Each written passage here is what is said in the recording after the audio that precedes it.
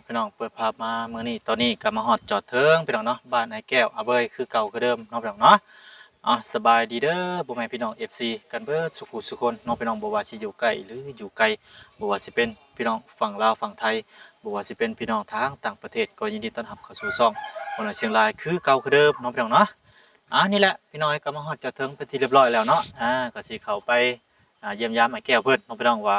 เพิ่นนอนเฮือนใหม่เพิ่นได้ฝันหยังหรือบ่หรือว่าจังใดเนาะแล้วก็สิเข้าไปเยี่ยมยามทางน้องอาเบยเพิ่นเลยเนาะพี่น้องเนาะเป็นจังไดเฮือนซันบ้านซ่องได้มีข่าวเข้ามาแล้วบ่หรือว่าจังใดพี่น้องเอ้ยเนาะไปซะพี่น้องบ่ระยะห่างเดี๋ยวเข้าไปหาทางไอ้แก้วกันเลยเนาะพี่น้องเนาะไปเนาะพี่น้องก็มาฮอดจอดเทิงพี่น้องเนาะโอ้บรรยากาศพี่น้องเนาะโอ้ตัวท้องฟ้าแจ่มใสพี่น้องเอ้ยพุดโพปุ๊บนี่ก็ปุ๊บน้องพี่น้องเป็นท่อของน้ำพี่น้องเอ้ยโอ้ยยินจอดแจ๊ดพี่น้องเอ้ยสบายดีสบายดีโอ้กำลังสวมเกราะพี่น้องเอ้ยเนาะให้เพิ่นสวมเกราะก่อนเพิ่นนอนพี่น้องเอ้ยบาดเนี่ยฮุบแล้วสบายดีสบายดีทางนี้สวัสดีได้แก้วเด้อตัวพี่น้องส่งกันเลยเนาะฮุบน้องเพิ่นรุ่นฮุบพี่น้องเนาะขับฮุบบ่ได้พี่น้องเอ้ยบ่ได้มันยานแล้วพี่น้องเนาะโอ้เป็กกระบักใหญ่ไวลีเนาะก็ถือฝนให้สิใหญ่ไวพี่น้องเอ้ยโคตรใหญ่ไวเลยพี่น้องเอ้ย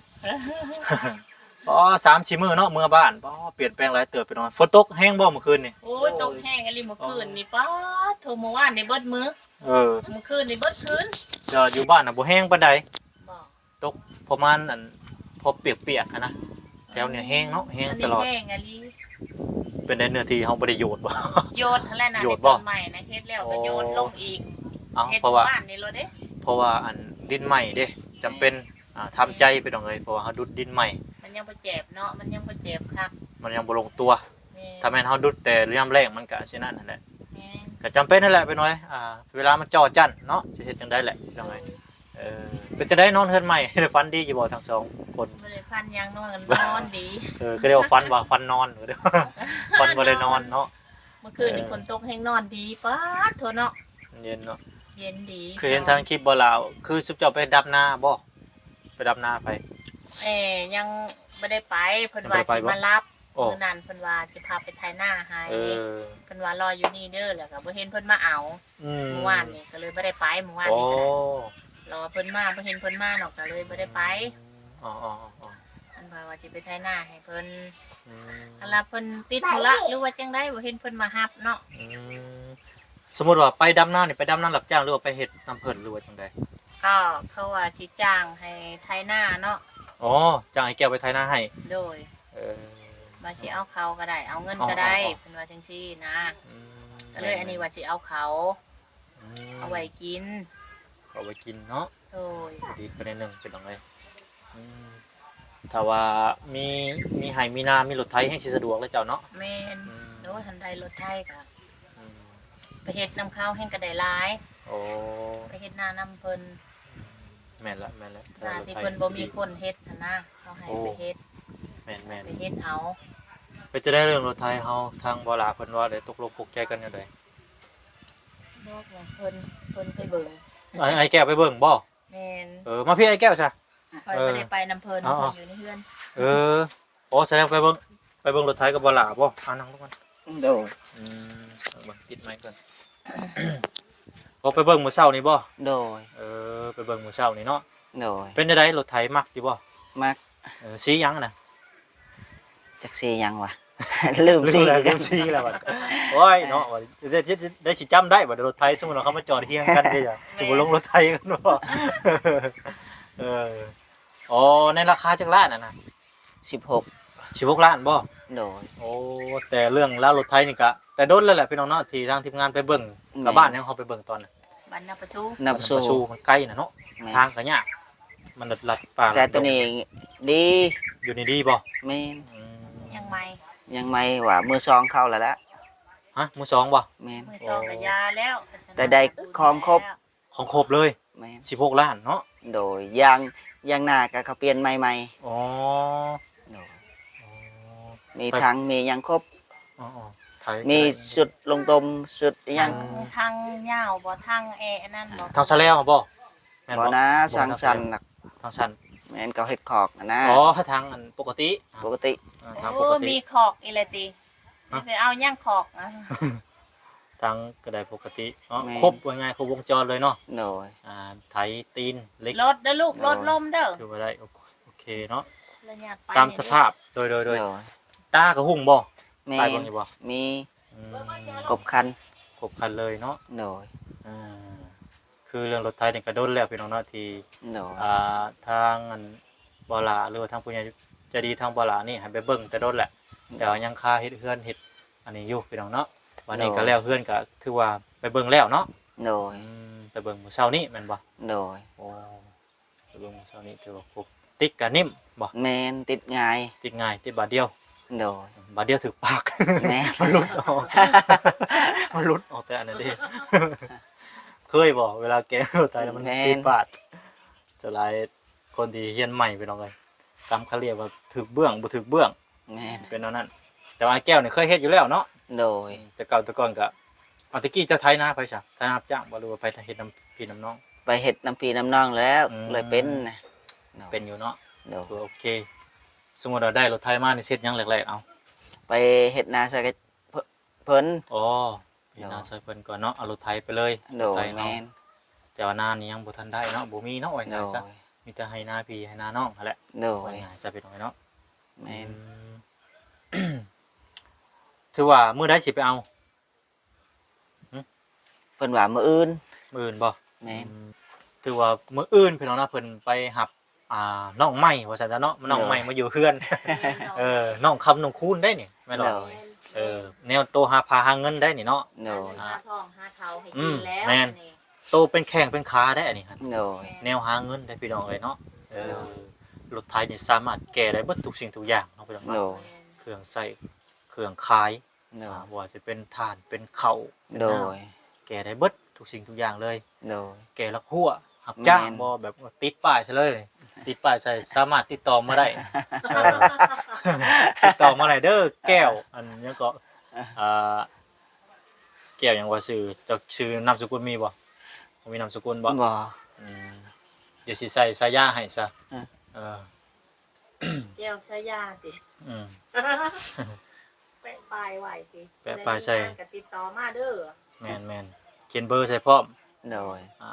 ยินดีรับบริการไว้แก้ว ยินดีรับบริการรับใช้แก้ได้ทุกสิ่งทุกอย่างเนาะ ไปทั่วมัด ได้ทั่วเบิดแถวนี่ คือทางคือการเนาะ ใส่บริการ โดย 24 ชั่วโมงบ่ กึ่ง แม่น ห้อย24ชั่วโมงนี่บ่ว่าสิตอนดึกตอนใดก็ต้องได้ไปเลย ดีแล้ว 24ชั่วโมงนี่โอ้อันตรายได้เฮ็ดบุญหมู่เฮ็ดคืนหลายก็ได้บ่ดีเด้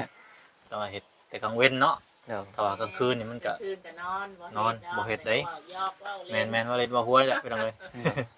โอ้ยกลางคืนนี่มันพาดมาเนี่ยตำนั่นตำนี่ตำตอบ่เห็นหุ่งเด้ แม่น บ่เฮ็ดกระยายอยู่กลางคืนนี่เพิ่นให้ไปแก้หยังก็คือว่าปฏิเสธเลย โดย บ่เอาละ24ชั่วโมงนี่ บ่มีเวลานอน ไปตลอด14ชั่วโมงเนาะ ไว้ว่าบ่ได้นอนคืนตีตาด แม่ ำตาขอบดำมาไว้ ขอบดำ พอแห้งติ เออ ไปใจมากติ เกินเลเวลเกินหน้าที่แล้ว แม่น มีแต่มื้ออื่นเช้าไปนอนสิไปเบิ่ง โดย จะได้ทีมงานก็สิไปเบิ่งนํเนาะ โดย อันนี้ก็คือว่าแจ้งข่าวดีให้พ่อแม่พี่น้องเบิ่งนํกันทางบ้านหลังนี่ก็ไปเบิ่งแล้วก็ไปแก้มื้อเช้านี่พี่น้องเนาะไปได้ โดย ไปติดไปจับไปบายเบิ่งแล้ว โดย ในราคา16ล้านเต็มเลยบ่ได้ลดบ่ได้เกินเนาะ บ่18 18เนาะตะวิดเนาะ โดย โอ้ได้ลดลงมา16 โดย โอ้โอเคซะเพิ่นนั่นต่อรองก็ได้อยู่เนาะพี่น้องเนาะ โดย ประมาณนี้พี่น้องราคาก็ได้แต่ว่าตัวจริงไงบ่น้อยก็ยังบ่เห็นมีแต่มื้อหน้ามื้อในเนาะแต่ว่ามื้ออื่นไปเอาก็สิไปเบิ่งนํกันหั่นแหละพี่น้องเอ้ย โดย ว่าอาการเป็นจังไดเนาะเป็นรถไทย แม่ ใช้ น ได้บ่หรือว่าจังไดถ้าเป็นรถไทยน่ะรุ่นเก่ามือสองก็ดีเด้ แม่นรถรุ่นเก่าจะเกียร์หยังวะสองเลขบ่ เลขสองมีสองอันรุ่นดี แม่น รุ่นเก่าน่ะจะดีเด้ ไม่โดย อย่างคูโบต้านี่แหละประมาณนี้แหละ เอาไว้เสียมเอาไว้อยู่ คูโบต้าลิงล่มประมาณนั้นแหละ โดย 20-30 ปียังไทยเชยอยู่ แม่น เอาเสียมไปไว้ รถไทยคอยในเฮือนน่ะหาก็ได้3 ปีลิ้นย่อยหมาแล้ว อันนี้ มันน่ะ อันนี้บ่ได้เสื่อมหยัง คู่มื เล อ ยเบิ่งคบกัน คูมือนี่มันแบบพี่น้องก็ซ้ำพวกมันก็บ่ได้โตนกันปานใดนะ รถเดี๋ยวนี้มันบ่คือรถแต่กี้แต่ก่อนเด้ โอ้ตะกี้มันแห้งเลย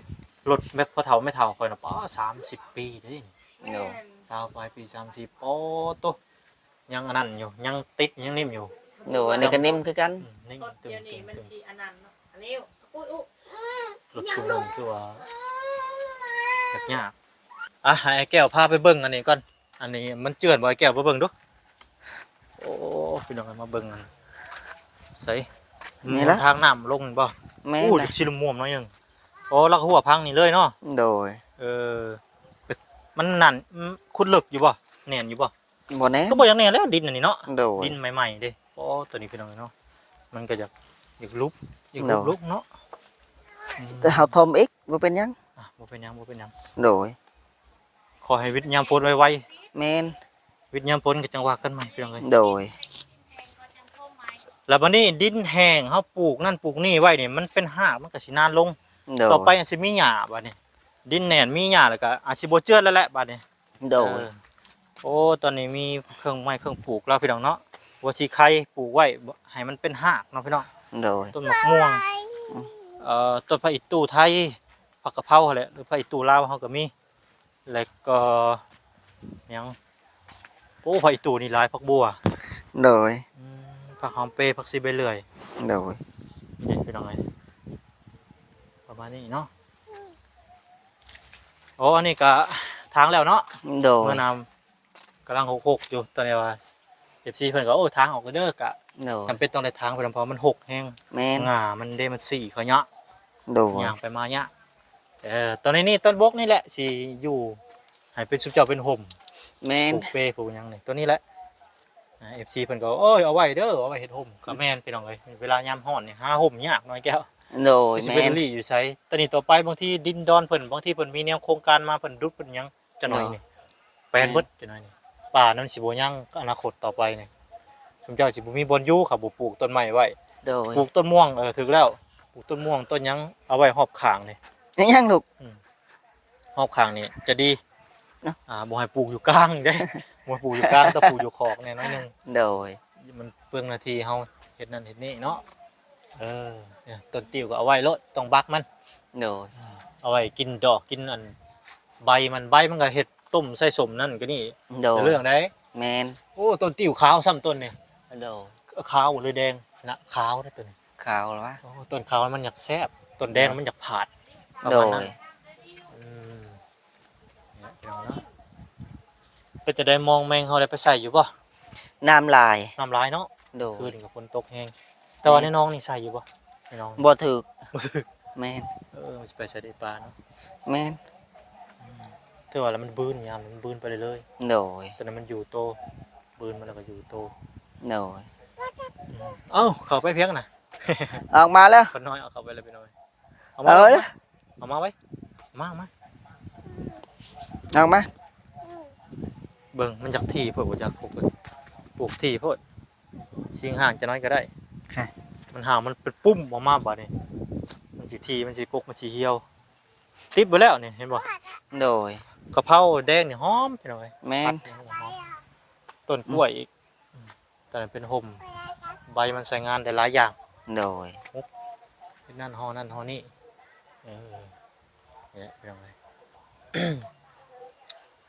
อ่ะมีแต่สั่นแหละมื้ออื่นก็เตรียมตัวเนาะ โดย ไปเบิ่งอันรถไทยพี่น้องเนาะ โดย ว่าสีดีหรือสีบอดี้กับไปเบิ่งตัวจริงพี่น้องเนาะ โด ได้ ย สำไรราคาอยู่16 ล้านกีบพี่น้องเนาะมีแต่อื่นกับทีมงานกับสีพากันไปเบิ่งพี่น้องเนาะ โดย เป็นจะได้ไอ้แก้วบ้านบ่ได้หัวบ่ บ่ บ่หัวเนาะ โด เพื่ ย อฝนตกเมื่อคืนนี่บ่หัวเนาะ แม่น อ๋อสร้างเจะฮู้บ่สร้างเพิ่นเอาหยังลบเฮ็ดใดจะฮู้อยู่บ่ บ่ เพิ่นเอาจะไปเอาหยังสังกะสีไปปกไปเป๊กหยังก็ แม่นข้างบนบ่ แม่น ประมาณนั้นแหละ เพราะว่าบ่ได้ขึ้นไปเบิ่งนำเพิ่น โดย อันเวลาลมพัดมาเจ้าได้ยินบ่ต่ำๆอยู่บ่ บ่ บ่ได้ยินเนาะ แม่น ถ้าว่าได้ยินก็แก้ไขใหม่อีกเพราะว่าลมมันพัดสังกะสีมันตีกันต่อมบ่มี บ่มีเนาะ โดย ถือว่าปลอดภัยดีพี่น้องเอ้ย เงียบ เงียบเนาะ โดย ถือว่าผ่านไปโดยดีพี่น้องเนาะ โดย น้ำก็บ่ได้ค้างที่แถวนี้ บ่ บ่ได้ค้างน้ำมันไหลไปเบิดเลยเนาะ โดย ถือว่าโอเคแล้วพี่น้องเนาะ โดย บ่าวชาวพบพ่อกันมื้ออื่นเช้าเนาะแก้วเนาะ โดย มีจังไดก็สิอัปเดตกันไปเรื่อยๆพี่น้องเนาะ โดย ขอบคุณขอบใจขอบคุณ FC ผู้ใหญ่ใจดีหลายๆที่เข้ามาเป็นกำลังใจให้ทาง ครอบครัวไอ้แก้วอาเบยและทีมงานทุกๆคนและอีกครอบครัวอีกหลายๆท่านพี่น้องเนาะไปซะพี่น้องพบกันอีพีหน้าซะอีพีนี้ขอกล่าวคำว่าสบายดีพี่น้อง